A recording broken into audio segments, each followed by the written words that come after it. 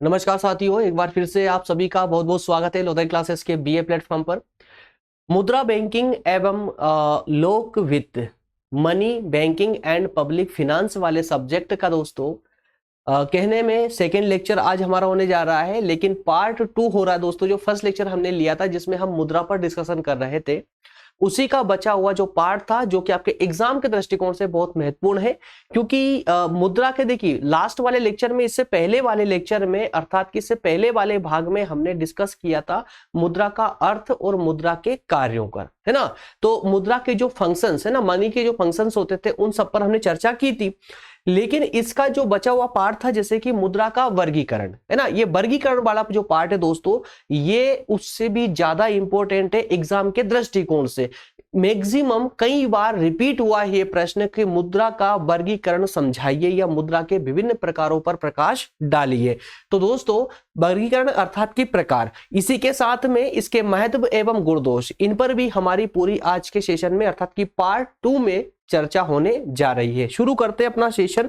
दोस्तों, मैं ये मानकर चल रहा हूं कि आप लोगों ने इसका भाग एक इसका अर्थात कि लेक्चर नंबर 1 जरूर देखा है, उसके बाद ही आप इस सेशन पर आए हैं, है ना। क्योंकि मैं ऐसा क्यों बोल रहा हूं, क्योंकि अगर आप नए स्टूडेंट हैं दोस्तों, तो थोड़ा सा फिर अगर आपने इसका पहले वाला भाग नहीं देखा है तो फिर थोड़ा सा कंप्रोमाइज करना पड़ेगा आपको, इस पार्ट को समझने में थोड़ी प्रॉब्लम आ सकती है ना। क्योंकि हमने इसके जो बेसिक तथ्य थे, उन बेसिक तथ्यों पर हमने इसके भाग 1 में चर्चा अच्छे से कर ली थी, वहां पर अच्छे से इसको समझ लिया था। इस वाले पार्ट में हम इसके आगे वाले पार्ट को कंटिन्यू करेंगे, वो आप भली बात यहाँ पर देख पाएंगे। चलिए, नए स्टूडेंट हैं उनको बता दूं दोस्तों कि बीए फर्स्ट, सेकंड और थर्ड ईयर में पॉलिटिकल साइंस कंप्लीट हो चुकी है। देखिए आपके सामने पार्ट लगे हुए हैं। फर्स्ट वाली जो कॉलम है उसमें बीए फर्स्ट ईयर के पॉलिटिकल साइंस के 4 पार्ट है, इसमें सेकंड वाले में सेकंड ईयर के 4 पार्ट है, और थर्ड ईयर में दोस्तों 3 पार्ट है पॉलिटिकल साइंस के, ये कंप्लीट कर चुके हैं, जिसमें मेजर माइनर दोनों ही कवर हो चुके हैं। ठीक है ना। प्लेलिस्ट में जाकर के आप आसानी से इनको पढ़ सकते हैं। यूनिट फर्स्ट का पहला ही पार्ट हमारा अभी चल रहा है, ठीक है ना। और आज हमें क्या क्या पढ़ना है, थोड़ा सा इस पर जरूर एक बार देख लीजिए आप लोग, जिससे आपकी कंफ्यूजन खत्म हो जाए। देखिए, फर्स्ट वाले भाग में हम प्रस्तावना और कार्य, इन दोनों पर चर्चा कर चुके थे। इसका बचा हुआ पार्ट था मुद्रा के वर्गीकरण, मुद्रा का महत्व, गुण और एवं मुद्रा के दोष। तो इन 3 बिंदुओं पर आज इस सेशन में हम चर्चा करने वाले हैं। चलिए, तो दोस्तों प्रश्न है इसी टॉपिक से संबंधित, एक बार पढ़ लीजिएगा। ये सब हम डिस्कस कर चुके थे, मैं दिखा देता हूं एक बार। फर्स्ट पार्ट में हमने क्या क्या पढ़ा था, मैं आपको पहले वो दिखा रहा हूं, और सेकंड पार्ट में जहां से हमें पढ़ना है ना, वहां से हम अपनी स्टडी आज की कंटिन्यू करने वाले, ठीक है। तो जो नए स्टूडेंट है वो ध्यान दे। देखिए, सबसे पहले हमने प्रस्तावना पर डिस्कस किया था कि मुद्रा का अर्थ क्या होता है, शाब्दिक अर्थ समझा था 2 परिप्रेक्ष्य में, है ना। 2 प्रकार के अर्थों में जो है 2 विभिन्न प्रकार के विद्वानों ने इसकी परिभाषाएं दी थी, अलग अलग परिभाषा दी थी, और उसी प्रकार से 2 अर्थ की बात कर रहे हैं हम, और 2 प्रकार की परिभाषाओं पर हमने चर्चा की थी, कीन्स और केंट साहब की, ठीक है। इसके बाद में दोस्तों हमने इसके कार्यों पर फोकस किया था, जिसमें हमने सबसे पहले देखा था प्राथमिक कार्य, जो कि मुद्रा के मुख्य कार्य होते हैं। इसके बाद हमने इसके सहायक कार्यों को देखा, फिर हमने आकस्मिक कार्यों को देखा, और लास्ट में हमने देखा था विविध कार्य अर्थात की मिसलिनियस फंक्शंस पर चर्चा की थी। तो इन चारों को पूरे विस्तार से दोस्तों हमने समझा था, पॉइंट टू पॉइंट पूरे विस्तार से हमने इन पर डिस्कस किया था इससे पहले वाले पार्ट में। ये देखिए, ये पूरा हम डिस्कस पहले वाले पार्ट में कर चुके हैं। ये पहले वाले पार्ट में पूरा डिस्कस हो चुका है ये वाला पार्ट। देखिए, आकस्मिक कार्य 3 नंबर के कार्यों को पूरा डिस्कस कर चुके थे। 4 नंबर की दोस्तों अगर बात करें तो देखिए 4 नंबर में भी हम इसको कंप्लीट डिस्कस कर चुके थे 3 रूपों में, है ना। तो अगर आपने, मैं फिर से रिपीट कर रहा हूं, अगर आपने नहीं देखा है अभी तक पहला वाला पार्ट, तो उसको प्लीज एक बार देख लीजिएगा, जिससे आपका पूरा कंफर्म हो जाए, एकदम क्लियर हो जाए आपका, और ये पार्ट को समझने में आपको प्रॉब्लम ना आए। चलिए, अब शुरू करते हैं दोस्तों आज का सेशन। और आज के सेशन में मैं आपको पहले ही बता चुका हूं कि आज हम बात करेंगे मुद्रा के वर्गीकरण पर, विशेष रूप से मुद्रा के वर्गीकरण पर आज विशेष चर्चा होने वाली है हमारी। चलिए, पूरे व्यवहारिक हो जाइए, पूरे एकदम लोड लेना पूरा दिमाग से हटा दीजिए, लोड वगैरह को सोचिए मत कि आप इकोनॉमी पढ़ रहे हैं, ऐसा कुछ समझ लीजिए। जो आपका सबसे फेवरेट सब्जेक्ट हो, ऐसा समझिए कि आप उस सब्जेक्ट को पढ़ने बैठे हैं।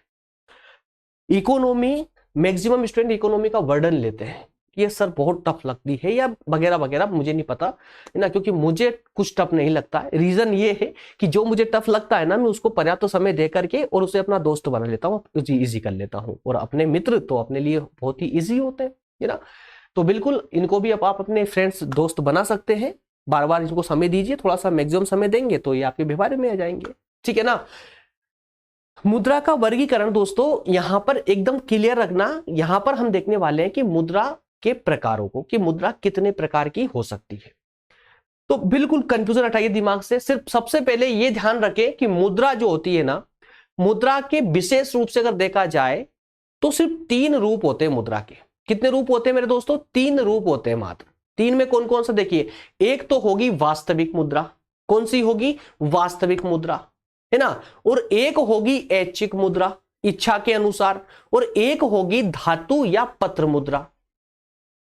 ध्यान दीजिएगा, फिर से रिपीट कर रहा हूं मैं, एक वास्तविक मुद्रा, एक वास्तविक मुद्रा या हिसाब की मुद्रा। ध्यान दीजिएगा, क्या एक, याद देखिए, एक वास्तविक, एक ऐच्छिक, एक धातु मुद्रा, है ना। धातु मुद्रा सिक्के होते हैं ना आपके पास, कॉइन वगैरह होते हैं, ठीक है ना। तो ये सब क्या होते हैं? मुद्रा ही है ना, वो भी धातु और नोट, ठीक है।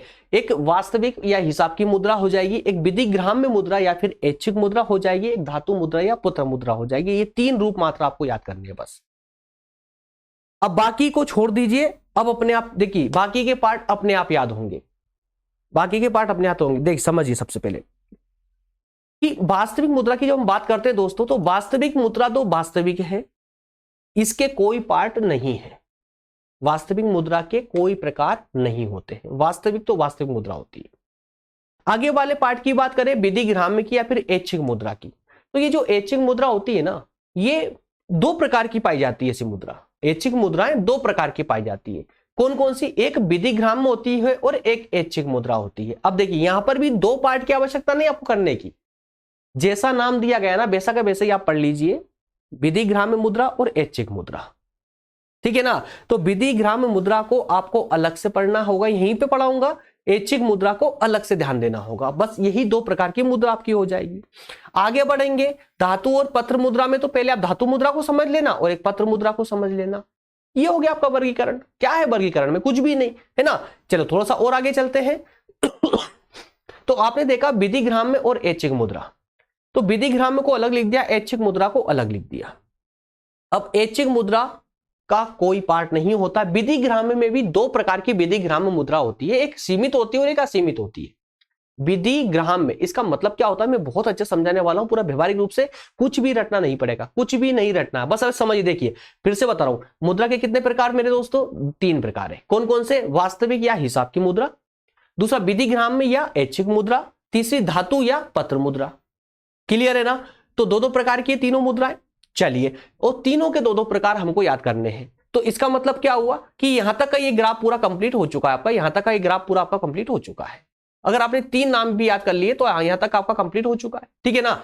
अब बस आपको याद इतना सा रखना है कि ये जो विधिग्राम मुद्रा होती है ना, विधिग्राम मुद्रा ये वाली, इस विधिग्राम मुद्रा के 2 प्रकार की होती है। ये एक सीमित होती है और एक असीमित होती है। कैसी? एक सीमित और एक असीमित। बस आगे बढ़ते हैं, आगे चलते हैं भाई, धातु मुद्रा और पत्र मुद्रा की ओर चलते हैं। तो धातु मुद्रा की बात करें तो धातु मुद्रा के 2 प्रकार के होंगे ना, एक प्रमाणिक होगी और एक सांकेतिक होगी।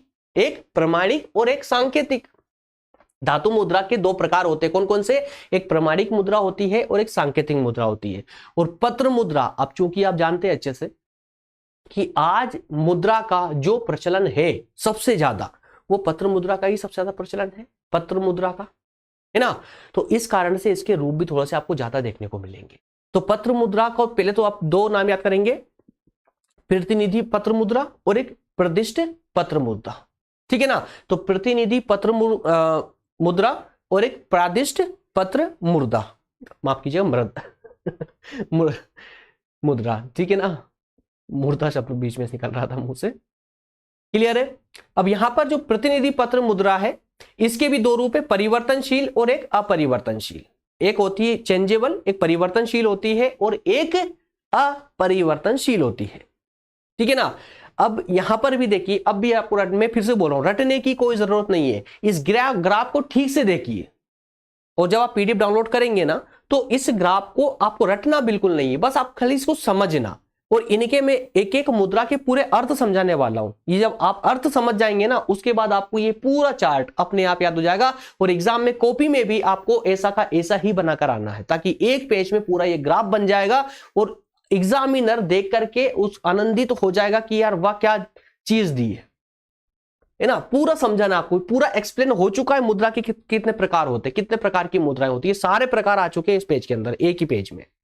ठीक है, चलिए अब इनको एक एक करके समझना स्टार्ट करते हैं। चलिए सबसे पहले देखेंगे कि वास्तविक या हिसाब की मुद्रा क्या होती है, वास्तविक मुद्रा और हिसाब की मुद्रा क्या होती है। दोस्तों थोड़ा सा अब स्पीड से आगे बढ़ेंगे, क्योंकि ये सेशन भी जो है ज्यादा लंबा ना हो जाए, क्योंकि हम इसको पहले ही दूसरे पार्ट में डिस्कस कर रहे हैं, है ना, तो अनावश्यक रूप से ज्यादा लंबा इस सेशन को करने का मेरा कोई उद्देश्य नहीं है। चलिए सबसे पहले हम बात करेंगे वास्तविक या हिसाब की मुद्रा, तो दोनों को थोड़ा सा अलग अलग करेंगे ना। किसी देश में सरकार द्वारा प्रचलित मुद्रा ही जो है वास्तविक मुद्रा कहलाती है। अब क्या वाला मैंने, देखिए वास्तविक मुद्रा की जो सच में मुद्रा है, जो वास्तविक है, उसे हम वास्तविक मुद्रा कहते हैं। अब किसी भी देश में वास्तविक मुद्रा कौन सी हो सकती है, कौन सी होगी वास्तविक मुद्रा? भाई जो सरकार ने एक्सेप्ट कर लिया हो, या जिस मुद्रा को सरकार ने प्रचलित किया हो, सरकार ने बोला हो कि भाई आज के बाद आपकी मुद्रा ये है, आपका सबका लेन देन जो है अब इस करेंसी में होगा, तो वही वास्तविक मुद्रा होगी ना, दैट्स ऑल, और कुछ भी नहीं है बस। तो वास्तविक मुद्रा क्या होती है मेरे दोस्त? वास्तविक मुद्रा होती है जिसे सरकार प्रचलित कर दे, उसी मुद्रा को हम वास्तविक मुद्रा कहते हैं।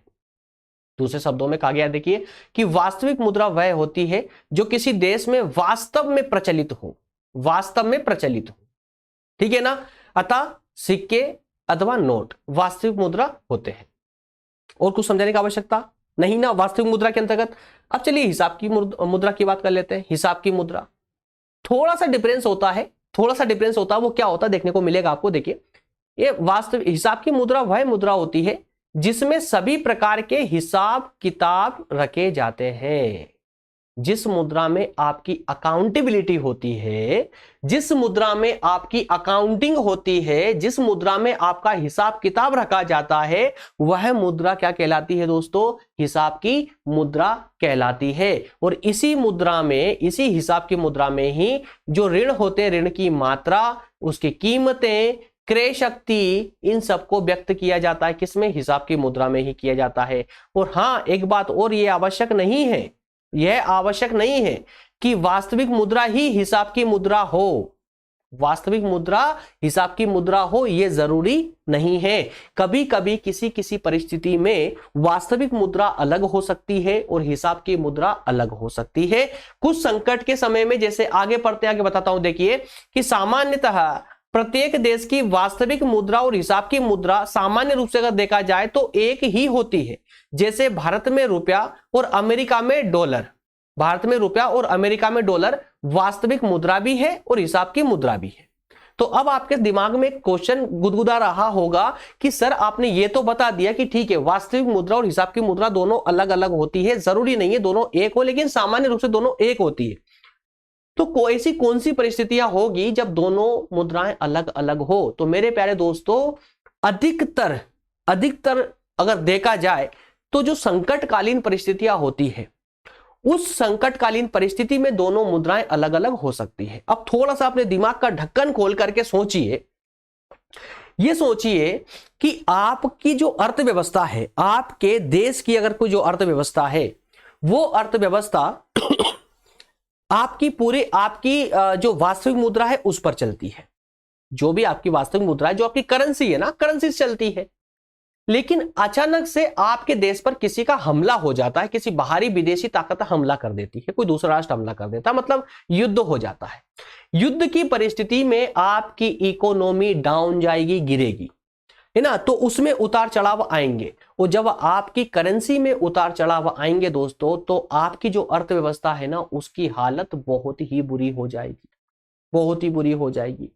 लेकिन आप चाहते हैं कि आपके जो राष्ट्रीय स्तर पर जो उतार चढ़ाव आ रहे हैं या जो युद्ध चल रहे हैं, इनका असर हमारी अर्थव्यवस्था पर ना पड़े या फिर कम पड़े। क्यों? क्योंकि उस समय, युद्ध के समय में आपके देश की अर्थव्यवस्था स्थायी नहीं रहेगी, स्थायी नहीं रहेगी, अस्थायी हो जाएगी, कभी डाउन जाएगी, कभी अप जाएगी। तो ये स्थायी नहीं रहेगी। और जिस देश की अर्थव्यवस्था स्थायी नहीं रहती है दोस्तों, उसकी अर्थव्यवस्था बहुत ही खराब हो जाती है, बहुत दयनीय हो जाती है। इसी कारण से जब संकटकालीन समय आता है, जब युद्ध का जैसा समय आता है, अकाल जैसा समय आता है, तो उस परिस्थिति में दोस्तों वास्तविक मुद्रा अलग हो जाती है और हिसाब की मुद्रा अलग हो जाती है। एग्जाम्पल हम जर्मनी का ले सकते हैं।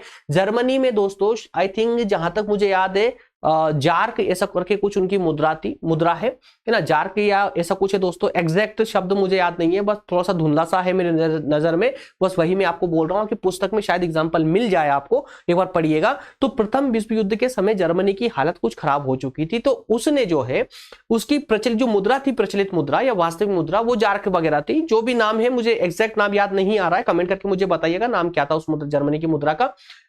तो ये उसकी वास्तविक मुद्रा थी, लेकिन उसकी जो हिसाब की मुद्रा थी ना, उसने उसे अमेरिकी डॉलर बना रखा था। हिसाब की मुद्रा उसने क्या कर रखा था, अमेरिकी डॉलर थी उस समय उसकी, है ना। रीजन, युद्ध में शामिल होना, युद्ध के प्रभाव का अपनी अर्थव्यवस्था पर पड़ने वाले प्रभाव को यथासंभव कम करना।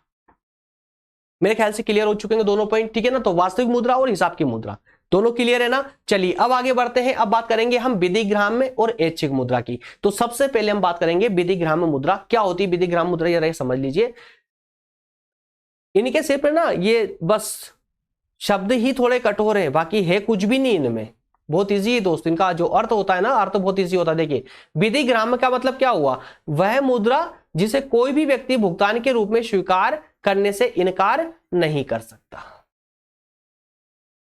समझिए भाई, मान ले कि आगे चल करके मैंने इस फ्री क्लासेस को पेड क्लास बना दिया, मैंने आपको बोला कि बच्चों आपको अगर मुझसे बीए फर्स्ट ईयर में अगर फर्स्ट ईयर की कंप्लीट क्लासेस मुझसे लेनी है तो आपको 10,000 रुपए पेमेंट करना होगा, ठीक है। आप में से कुछ लोग एक्सेप्ट भी कर लिया कि ठीक है सर हमें तो आपसे ही पढ़ना है, 10,000 की अगर आप 20 मांगेंगे तो 20 भी देंगे, ठीक है। तो हमारा डन हो चुका है। अब मैंने आपसे बोला कि सर आप पेमेंट कर दीजिए, तो आप मुझे पेमेंट करते हैं। अब आप मुझे कैश में पेमेंट करने आते हैं और कैश में पेमेंट करके आप मुझे 100 रुपए के नोट देते हैं, 100 के नोट देते हैं, ठीक है। तो मैं आपसे ये नहीं बोल सकता कि आप 100 के नहीं मुझे 500 के नोट ही देंगे, मैं तो ही पैसा एक्सेप्ट करूंगा। समझिए यहां पर, है ना, कंडीशन क्या है। मैं अगर आपसे ये कहूं कि मुझे 100 के नहीं 500 के नोट चाहिए सभी, और ये मेरा रूल्स है, मैं 100 के नोट एक्सेप्ट नहीं कर सकता, नहीं करता हूं। लेकिन आप जिद पे अड़ गए कि नहीं कि हमको तो 100 के नोट ही देंगे आपको, तो दोस्तों मैं वहां पर मजबूर हो जाऊंगा, मुझे लेना ही पड़ेगा। क्यों? क्योंकि आपके हाथ में 100 के जो नोट है ना, वो विधिग्राम्य मुद्रा है। मतलब वो एक ऐसी मुद्रा है जिसे लेने से मैं इनकार नहीं कर सकता। अगर मैं इनकार करता हूं तो आप मेरे खिलाफ कोर्ट में जाकर के केस फाइल या केस दर्ज कर सकते हैं। इसी को हम विधिग्राम्य मुद्रा कहते हैं, याद रखिएगा। और विधिग्राम्य मुद्रा जो होती है, मैंने बताया था 2 प्रकार की विधिग्राम्य मुद्रा होती है।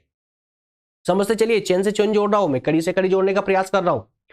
विधिग्राम्य मुद्रा जिसे कोई व्यक्ति लेने से इनकार नहीं कर सकता, उसे हम विधिग्राम्य मुद्रा, मतलब विधिग्राम्य मतलब क्या यार, इसका विधि इंक्लूड है, इसके अंदर कानून इसमें शामिल है, कानूनन, है ना। तो इसमें विधि के द्वारा बनाई गई ये मुद्रा, ठीक है ना, एक वास्तविक मुद्रा ही होती है। जो सरकार ने डाल दिया भैया, सरकार ने बोल दिया कि ये पैसा है, आज से सारा लेन देन इस पैसे से ही होगा। तो अगर भारत में कोई व्यक्ति है तो वो उस पैसे को लेने से इनकार नहीं कर सकता। ये नहीं बोल सकता कि नहीं मैं इस पैसे पे विश्वास नहीं करता हूं, मैं इस पैसे के बदले में ये वस्तु नहीं दूंगा, ये नहीं बोल सकता। क्यों? क्योंकि जो पैसा है वो विधिग्राम्य मुद्रा है। अच्छा, ये विधिग्राम्य मुद्रा क्या वास्तव में, अच्छा आप मुझे 100 के नोट दे रहे थे, है ना, 10,000 रुपए, मना नहीं कर सकता था। लेकिन अगर आप आ जाएं और बोल दें मुझसे कि सर एक एक के सिक्के लेकर आ गए आप, 10,000 रुपए, 10,000 एक एक के सिक्के लेकर आ गए, अब बताइए क्या अब भी मैं मना नहीं कर सकता? कमेंट करके बताइए मुझे कि आप जो है, आपने तो ठान लिया कि सर आपको 100 के भी नहीं, अब तो आपने 100 का मना किया है ना, अब आप देखिए हम क्या कमाल करते हैं। और आप एक एक के सिक्के लेकर आ गए 10,000, बढ़िया चेस्ट से थैले में भर करके लेकर आ गए मेरे पास कि सर अब आपको ये देंगे हम, ये लीजिए मुद्राएं। अब बताइए मैं मना कर सकता या नहीं कर सकता? एग्जैक्टली अब मैं मना कर सकता हूं। क्यों? क्योंकि दोस्तों अब यहां पर एक तगड़ा रीजन है। तगड़ा रीजन क्या है? क्योंकि विधिग्राम्य मुद्रा मुझे पता है, अभी तक मैंने आपको नहीं पढ़ाई है, लेकिन मुझे पता है कि विधिग्राम्य मुद्रा दो प्रकार की होती है, एक सीमित और एक असीमित।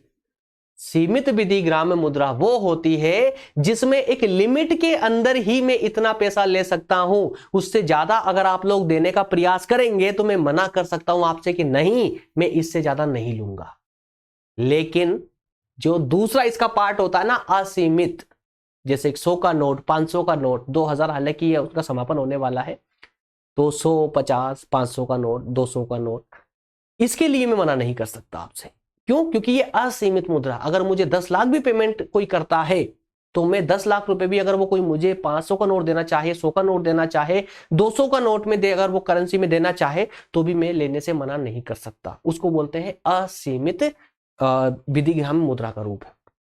ठीक है ना? दोनों पार्ट में आप भूलेंगे नहीं, डोंट वरी, दोनों पार्ट लिखे हुए हैं। ठीक है? सीमित मुद्रा, सीमित विधिग्राम्य मुद्रा और असीमित विधिग्राम्य मुद्रा, दोनों के मैंने पार्ट लिख दिए हैं। इसको पढ़ेंगे, आपको कभी भविष्य में कभी भूल गए तो आपको यहां से ये याद आ जाएगा। ठीक है ना? चलिए, अब इसी का सेकंड जो पार्ट था, है ना, विधिग्राम्य मुद्रा या ऐच्छिक मुद्रा, है ना, दूसरे नंबर की जो मुद्रा है विधिग्राम्य या ऐच्छिक मुद्रा, तो उसमें इसका दूसरा पार्ट ऐच्छिक मुद्रा। ऐच्छिक मुद्रा क्या होता है यार? अब इतना तो आप समझ गए होंगे कि विधिग्राम्य मतलब जिसको कोई लेने से इनकार नहीं कर सकता, तो इसका दूसरा पार्ट ऐच्छिक मुद्रा। ऐच्छिक मुद्रा मतलब भाई मेरी इच्छा है, मैं लूं तो लूं, ना लूं मना भी कर दूं आपसे, ये ऐच्छिक मुद्रा हो जाएगी। दो पार्ट बताया ना, एक विधिग्राम्य और एक ऐच्छिक। विधिग्राम्य मुद्रा कौन सी? जिसको लेने से मैं इनकार नहीं कर सकता। लेकिन आप आए, आपने बोला कि सर ये लीजिए 10,000 का चेक बना के दे दिया आपने मुझे, है ना, और आप मेरे पास आ गए, सर ये चेक बस वैसे करके मार दिया, टेबल पर फेंक दिया आपने, मना कर सकता हूं आपसे, मर्जी है मेरी। क्यों? क्योंकि ये जो चेक होती है या जो बॉन्ड होते हैं या जो डीडी होती है बैंक की, है ना, ये सब जो है ऐच्छिक मुद्रा के अंतर्गत आते हैं। इसको लेने वाला चाहे तो ले, अन्यथा लेने से मना कर सकता है, वो कैश की डिमांड कर सकता है कि मुझे कैश में पैसा चाहिए। याद रखिएगा, उसी को हम ऐच्छिक मुद्रा कहते हैं। यह वह मुद्रा होती है जिसे स्वीकार करने वाला व्यक्ति अपनी इच्छा के आधार पर लेता है, चाहे तो वो मना भी कर सकता है। एग्जाम्पल में दिया गया है चेक, हुंडियां या विनिमय पत्र इत्यादि। क्लियर है? आगे बढ़े, चलिए लास्ट वाला पॉइंट पढ़ते हैं, सबसे इंपॉर्टेंट और सबसे मजेदार। कौन सा? पत्र मुद्रा और धातु मुद्रा। चलिए सबसे पहले धातु मुद्रा की बात कर लेते हैं। भाई धातु मुद्रा बताइएगा आप लोगों में से कितने लोग नहीं जानते धातु मुद्रा को? आप में से ऐसे कितने लोग हैं, ऐसे कितने टार्जन हैं जो धातु मुद्रा से परिचित नहीं है? कोई भी नहीं होगा शायद, है ना? चलिए, धातु मुद्रा मतलब कोई टार्जन नहीं देख रहा अभी सेशन को, कोई बात नहीं। धातु मुद्रा, यदि धातु मुद्रा, देखिए यदि मुद्रा धातु की बनी होती है तो उसे धातु मुद्रा या सिक्का कहते हैं। ध्यान दीजिएगा, यहां पर भी एक पॉइंट निकलेगा दोस्तों, है ना, एक प्रमाणिक होगा और एक सांकेतिक होगा, एक प्रमाणिक होगा और सांकेतिक होगा। इसके रूप को अगर आपने याद रख लिया ना, क्लियर हो जाएगा आपका। ये धातु मुद्रा या सिंपल बात है, जो धातु की बनी हो वो धातु मुद्रा कहलाएगी। धातु की समझ रहे ना? नोट किसका बना होता है? कागज का, ठीक है, लेकिन धातु का आज जितने भी सिक्के हैं किसके बने होते हैं? धातु के बने होते हैं ना। चलो, तो धातु मुद्रा में कौन सी धातु कितनी मात्रा में मिलानी है, कौन सी धातु कितनी मात्रा में होगी, ये कौन निर्धारित करता है? ये सरकार निर्धारित करती है। ठीक है, धातु मुद्रा के भी दो प्रकार होते हैं, एक होती है प्रमाणिक धातु मुद्रा और एक होती है सांकेतिक धातु मुद्रा। याद रखेंगे, प्रमाणिक धातु मुद्रा का मतलब यह हुआ मेरे दोस्त कि अगर आपके पास एक 10 का सिक्का है तो उसकी वास्तविक कीमत भी 10 रुपए ही है। समझिए कहानी को। यहां पर अगर आपके पास 10 का सिक्का है, उस 10 के सिक्के को आप चलाने जाते हैं, दुकान पे देते हैं, तो वो 10 रुपए में ही चलाएगा। लेकिन मान लेते हैं कि उस 10 के सिक्कों को आपने तोड़ मरोड़ के उसको पूरा गला दिया, कुछ भी करके पूरा एक अच्छे से ना उसकी एक बढ़िया गोटी बना ली, उस गोटी को बेचने जा रहे हो आप, तो वो कितने में बिकना चाहिए? 10 रुपए में। याद रखिएगा इस बात को। वही होगा आपका प्रमाणिक सिक्का मुद्रा या प्रमाणिक धातु मुद्रा। ठीक है ना? जिसके सिक्के में प्रयोग की गई धातु का मूल्य उस सिक्के में प्रमाणित मूल्य के बराबर हो, वही प्रमाणिक धातु मुद्रा कहलाएगी। क्लियर हुआ? अच्छा, तो सांकेतिक क्या होगा? सांकेतिक का मतलब ये होगा कि आपके सिक्के पे लिखा 10 रुपए है, लेकिन वास्तव में उसमें जो धातु प्रयोग की गई है वो धातु 10 रुपए की नहीं है, वो उससे कम की होगी, 1 या 2 रुपए की होगी, उसे हम सांकेतिक मुद्रा कहेंगे। एक कंफ्यूजन में आपको सिलेबस से हटके कर देता हूं, क्लियर आपकी दोस्तों? ये काफी लोगों के दिमाग में रहता है कि पैसों से अगर गरीबी दूर की जा सकती है तो सरकार इतना सारा पैसा क्यों नहीं छाप देती। चलिए वो हम किसी दूसरे मैटर में बात करेंगे। आज हम टोकन की बात करते हैं, मतलब हम सिक्के की बात करते हैं।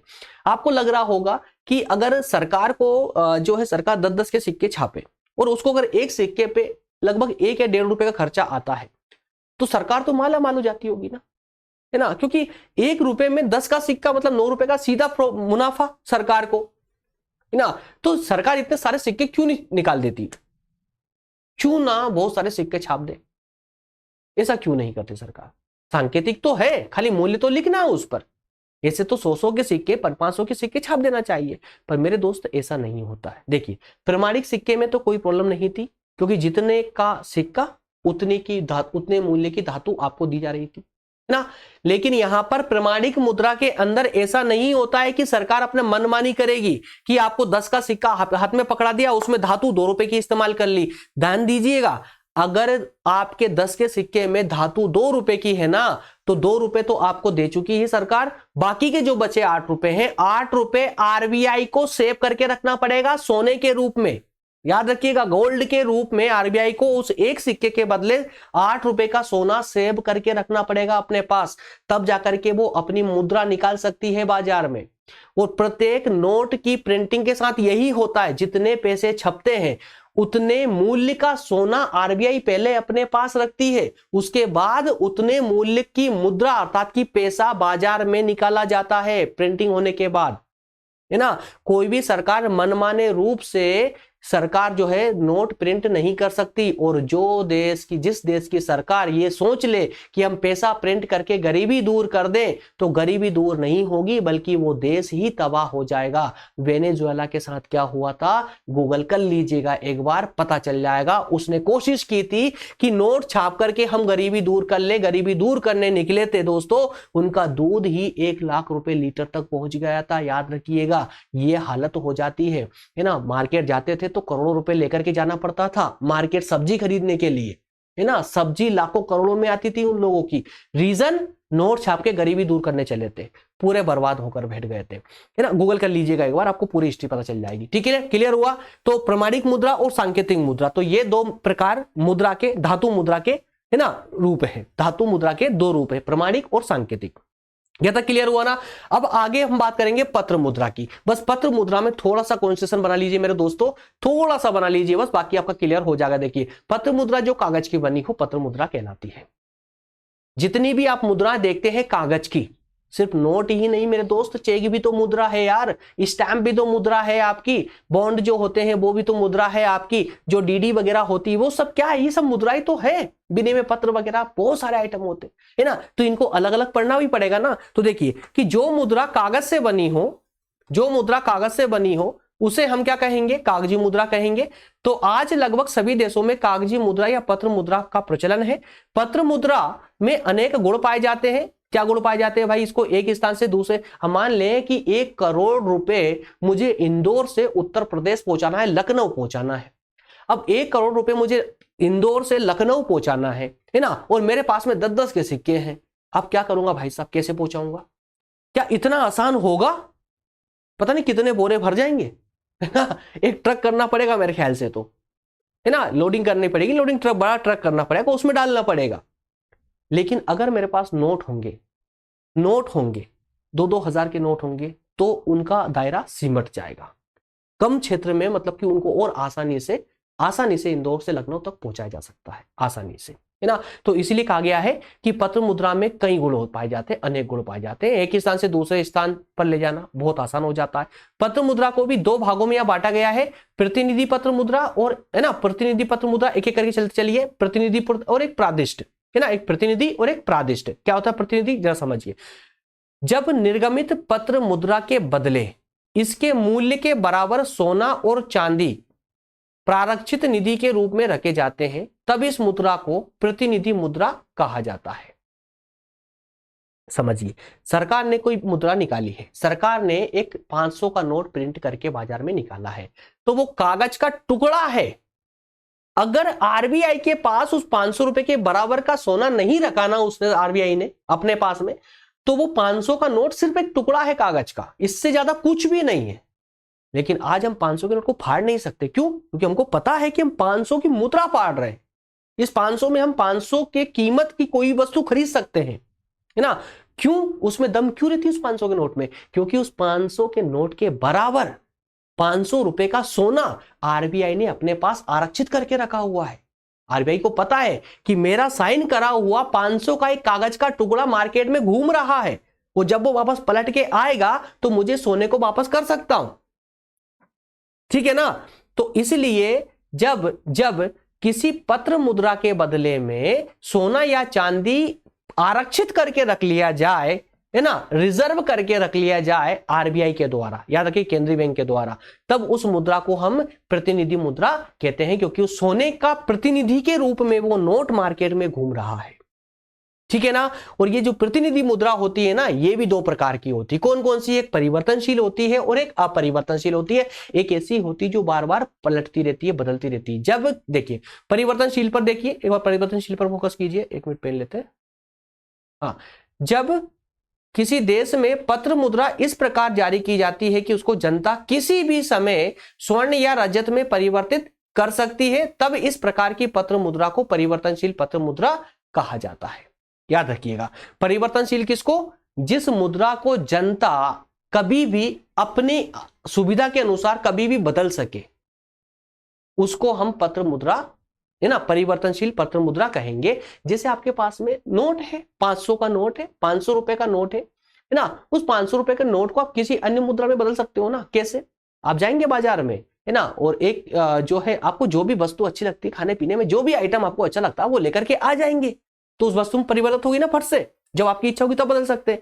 तो इसका मतलब क्या होगा? जितने भी नोट है, जितनी भी करेंसी है ना, वो सब के सब कौन सी है? परिवर्तनशील पत्र मुद्रा है, प्रतिनिधि पत्र मुद्रा है, परिवर्तनशील प्रतिनिधि पत्र मुद्रा। और अपरिवर्तनशील मतलब क्या हुआ? इसका विपरीत कर दीजिए, जिससे लोग बदल ना सके। एलआईसी पॉलिसी को बदल सकते हो क्या आप लोग? बताइए, एलआईसी पॉलिसी को बदल सकते हो? शेयर मार्केट का आपके पास में एक सर्टिफिकेट, उसको बदल सकते हो? है वैल्यू उसकी, एलआईसी पॉलिसी की वैल्यू है, आपको मिलेंगे 10 करोड़ रुपए लास्ट में, है ना। जीवन के बाद भी हो सकता है कि जीवन के साथ और जीवन के बाद तक का वादा करते, जीवन के बाद मिलेंगे आपको। लेकिन क्या उस एलआईसी पॉलिसी को आज करंट में, आज वर्तमान में क्या पैसे में बदल सकते हो, किसी अन्य धातु में बदल सकते हो? तो आप कहेंगे नहीं बदल सकते। जब तक उसका समय पूरा नहीं होगा, जब तक वो मेच्योर नहीं होती है पॉलिसी, तब तक आप उसको नहीं बदल सकते। तो मेरे प्यारे दोस्त, जो जिसको आप नहीं बदल सकते ना अन्य धातुओं में, उसी को हम अपरिवर्तनशील प्रतिनिधि मुद्रा कहेंगे। लेकिन वो कागजी रूप में होना चाहिए। कोई सर्टिफिकेट हो सकता है, कोई बॉन्ड हो सकता है, चेक हो सकता है। क्लियर है? तो पत्र मुद्रा का एक पहला प्रकार प्रतिनिधि पत्र मुद्रा क्लियर हो चुका है अब आपको, ठीक है। अब इसके हम दूसरे प्रादिष्ट रूप पर चलते हैं जरा। चलिए प्रादिष्ट रूप को जरा समझ लेते हैं। प्रादिष्ट रूप, बहुत पसीना बहा रहा हूं दोस्तों आप लोगों के लिए, और आप लोग जब बीच में छोड़कर जाते हो ना तो बड़ा बेकार लगता है यार।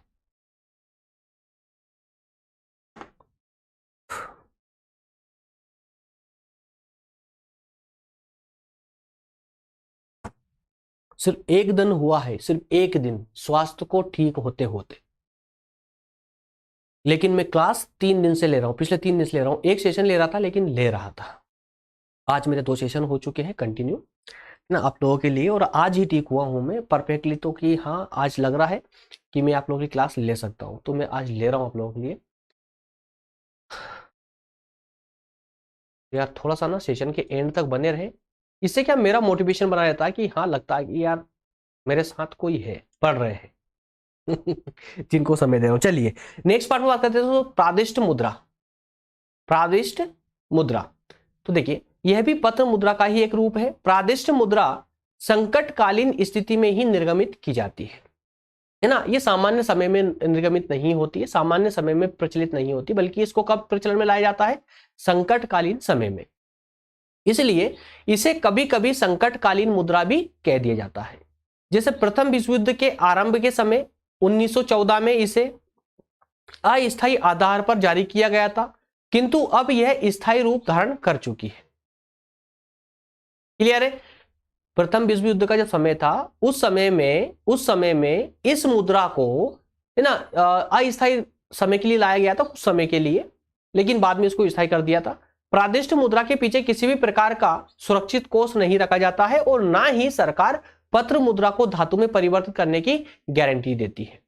प्रादेशिक मुद्रा का एक उदाहरण जैसे अमेरिका में गृह युद्ध के दौरान ग्रीन वैक्स नामक मुद्रा का जारी करना, और इसी प्रकार प्रथम विश्व युद्ध के बाद जर्मनी में भी कागजी मुद्रा मार्क मुद्रा जारी की गई थी, जो इस प्रकार के उदाहरण कुछ मुद्रा के प्रादेशिक मुद्रा के उदाहरण है। ठीक है ना, बस ये इसका मात्र प्रकार था दोस्तों। इसके बाद में इसकी बात करते हैं महत्व, गुण और महत्व की।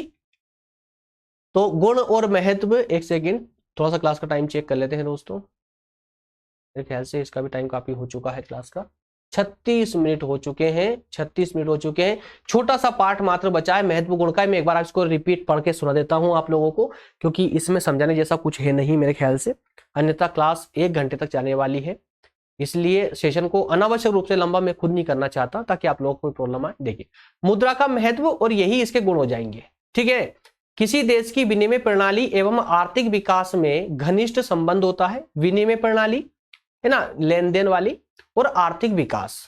तो जिस देश की विनिमय प्रणाली जितनी स्ट्रोंग होगी, उस देश का आर्थिक विकास उतनी ही तीव्र गति से होगा। इसलिए इसमें घनिष्ठ संबंध पाया जाता है दोनों में। तो एक पूर्णतया विकसित मौद्रिक अर्थव्यवस्था में व्यापार एवं उद्योग का संबंध उच्च श्रेणी का होता है। अर्थव्यवस्था के प्रत्येक क्षेत्र जैसे उपभोग, उत्पादन, विनिमय, वितरण तथा राजस्व में मुद्रा का अत्यधिक महत्व होता है। क्या महत्व होता है जरा देखिए कुछ बिंदुओं के माध्यम से। सबसे पहले उपभोग के क्षेत्र में महत्व। उपभोग के क्षेत्र में महत्व, मुद्रा का सर्वाधिक लाभ उपभोक्ता को हुआ है। कैसे हुआ है? मुद्रा के द्वारा उपभोक्ता अपनी आय को इस प्रकार व्यक्त करता है कि उसे अधिकतम संतुष्टि प्राप्त हो सके। मुद्रा में निहित जो क्रय शक्ति होती है, उसके कारण उपभोक्ता उसका प्रयोग अपनी इच्छा के अनुसार जब चाहे तब और जिस वस्तु को चाहे उस वस्तु को खरीद करके कर सकता है। इसी कारण कहा गया कि उपभोग के क्षेत्र में मुद्रा का अत्यधिक महत्व होता है। नेक्स्ट है उत्पादन के क्षेत्र में। तो बिना मुद्रा की सहायता के किसी भी वस्तु का उत्पादन करना असंभव है। क्यों है? क्योंकि वस्तु के उत्पादन में विभिन्न साधनों की आवश्यकता पड़ती है ना, कई लागतें लगती है। ठीक है ना, तो लागतें जैसे कि आपकी भूमि का आपको रेंट देना होगा, इसके अलावा पैसा मार्केट से लिया उसका ब्याज देना होगा। क्लियर है ना, लेबर से आप काम करवाते हैं तो आपको उसकी मजदूरी देनी होगी। कई प्रकार के और भी मशीनरी का आपको पेमेंट करना होता है, या फिर जो है आपको कई प्रकार के खर्चे आते हैं, रॉ मटेरियल वगैरह सब कुछ आता है। तो इन सब में आपको खर्चा लगता है। तो ये सब खर्चे किस रूप में करते हैं? आप मुद्रा के रूप में करते हैं। तो मुद्रा का महत्व उत्पादन के क्षेत्र में भी अत्यधिक रहा है। उत्पादन के क्षेत्र में भी मुद्रा का महत्व अत्यधिक रहा है। ठीक है ना।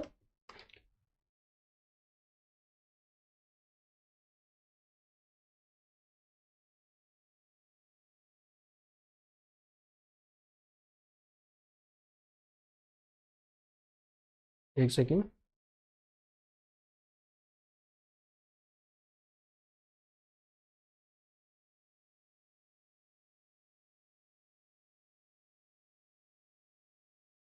चलिए नेक्स्ट है विनिमय के क्षेत्र में, है ना।